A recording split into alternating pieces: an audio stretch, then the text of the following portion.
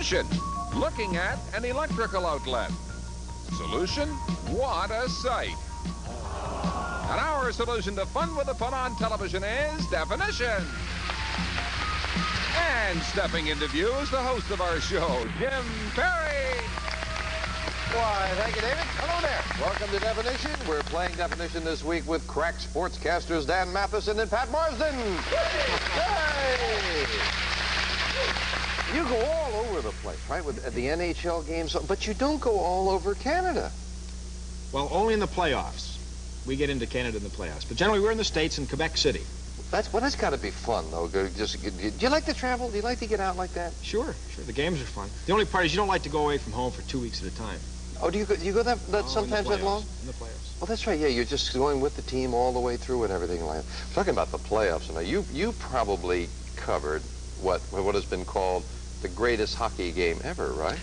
Well, that was 1972 when Canada won it in a very dramatic 8th game against the Soviet Union, the first time the pros had ever played the Soviets. And that's not only the greatest hockey game ever played, I think that was the greatest sporting event ever staged, because it was really terrific. There were 3,000 Canadians in the Moscow rink, yeah. And, you know, they had been down so badly, and then to come back and win it in the final seconds on Paul Henderson's goal. It was really a thrill for me. I'm a sports fan, so... Oh, yeah. Oh, you gotta be. I guess you guys have got to be. No, that's not a facetious remark. No. It's one thing to do it. It's quite another thing to be a fan of it. Well, I think that's the point. I mean, a lot of people think that you become jaded because you're working in sports, but I'm still a fan. I mean, I'll still pick up the paper first thing in the morning to see if I must say, it reflects in both of your work that you guys are fans, because you do it with enthusiasm. Good to have you back here again. Let us welcome back with Pat, our challenger. She just joined us yesterday, Victoria Morgenstern. Hi, Victoria. And with Dad is our champion. She's won twice, trying for her third win, Joanne Torrens. Hi, Joanne. Nice to see you again. We play the best 2 out of 3. We'll get into the match with this definition.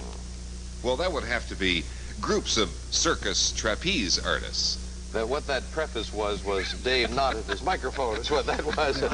Wait while I find the card. What this has to be is groups of circus trapeze artists. Starting with the challengers. Pat, give a letter away that you do not want.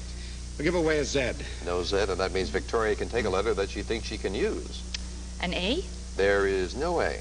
No letter on the board, no guess at groups of circus trapeze artists. Dan, give one away. Give away an X. There is no X. Joanne, to take a letter. I'll take an I. An I.